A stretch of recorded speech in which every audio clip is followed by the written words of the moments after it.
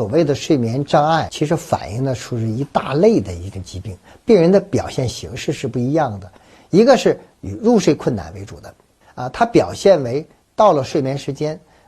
也在床上休息，但是睡不着那么这个睡眠时间等待时间呢，可能超过了半个小时以上。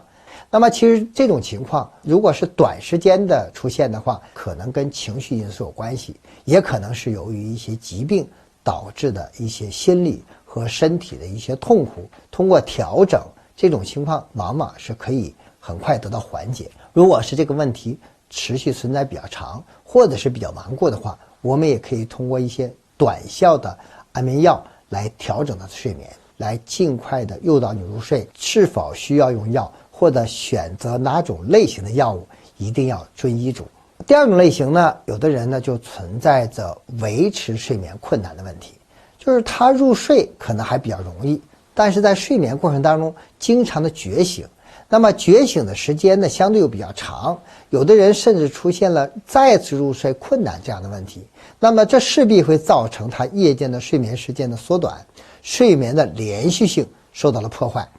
白天呢适当的增加运动量，可以调整自己的这个晚间睡眠的那个能力。另外就是睡前呢晚间的时候洗个热水澡，或者热水泡泡脚，或者做一些局部的一些按摩，那么也可以有助于改善自己睡眠的连续性。有些人呢会表现为早醒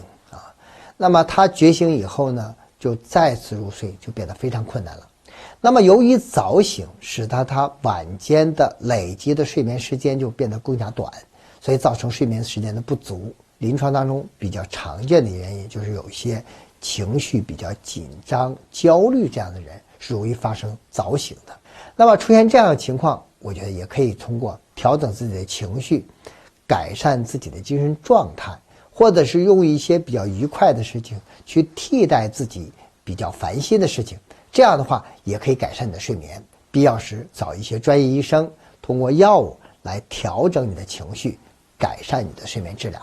那么有些人呢，他由于他的经常的不规律的生活，那么他的入睡时间和觉醒时间就是比较乱的。这种生物节律紊乱这种类型在年轻人身上发生的是比较多的。年轻人他的睡眠的调节能力也是比较强的，就使得他的睡眠的节律紊乱的问题表现的好像似乎不是那么突出。那么等到他到中年或者老年阶段，他就非常容易出现各种类型的睡眠障碍。那么针对这个类型，就是要生活规律，维持时间应该在7到8小时，晚间10点到11点钟来睡觉。到了睡觉时间了，他也想在10点钟睡觉，但是躺到床上以后，他把手机拿起来了。那么由于手机的过度的使用，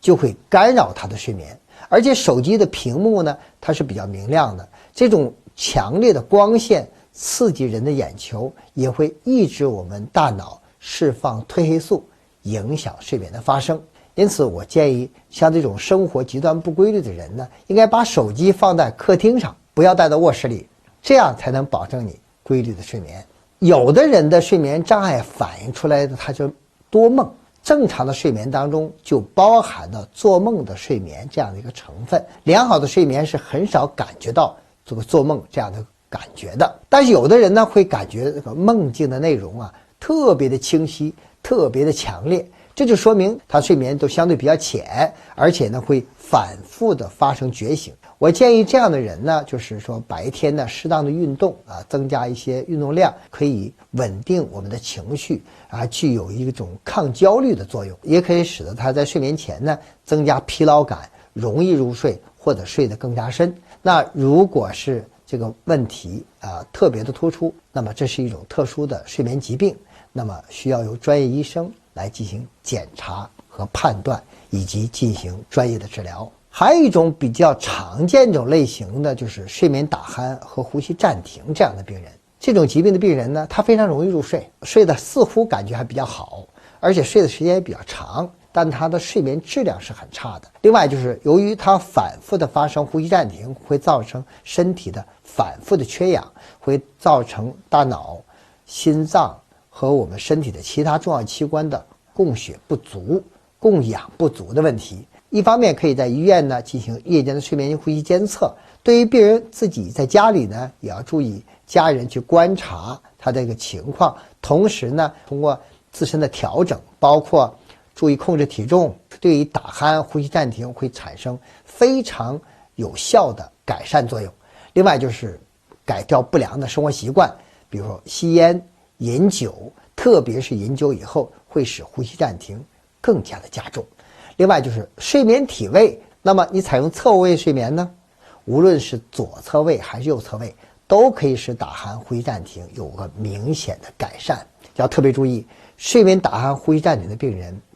一定不要随意的服用。还有一种情况呢，其实有的病人会感觉自己睡眠睡得不好，或者睡眠质量比较差，甚至感觉自己睡眠时间特别短。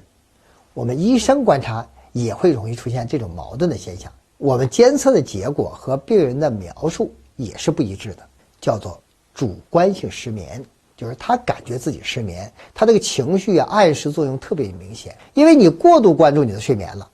你就认为总担心自己睡眠不好，有的人就拿自己睡眠跟别人睡眠去比，每个人的睡眠时间其实都不一样的，每人的睡眠需求量也是不一样的，其实满足了你的生理需要就够了。那么针对这个情况呢，我们就要提高病人对自己睡眠的认知，你对你自己睡眠是有信心的，不用考虑我马上就要睡着觉的问题。其实睡眠它发生是个自然而然发生的过程。那么有些人就存在问题了，就说他把睡眠当作一种任务，郭大夫说半小时得睡着，我现在25分钟了，我怎么还有5分钟还没睡着，这怎么办？你肯定就睡不着了。那我们如果生活规律，保持一个比较有正常规律的一个生物钟，那么这是保证我们获得一个比较好的睡眠的一个前提条件。但是如果你的睡眠出现了长期的一些问题的困扰，你自身调整似乎不能解决这个问题的时候，你需要求助于睡眠专家来帮助你解决你的睡眠问题。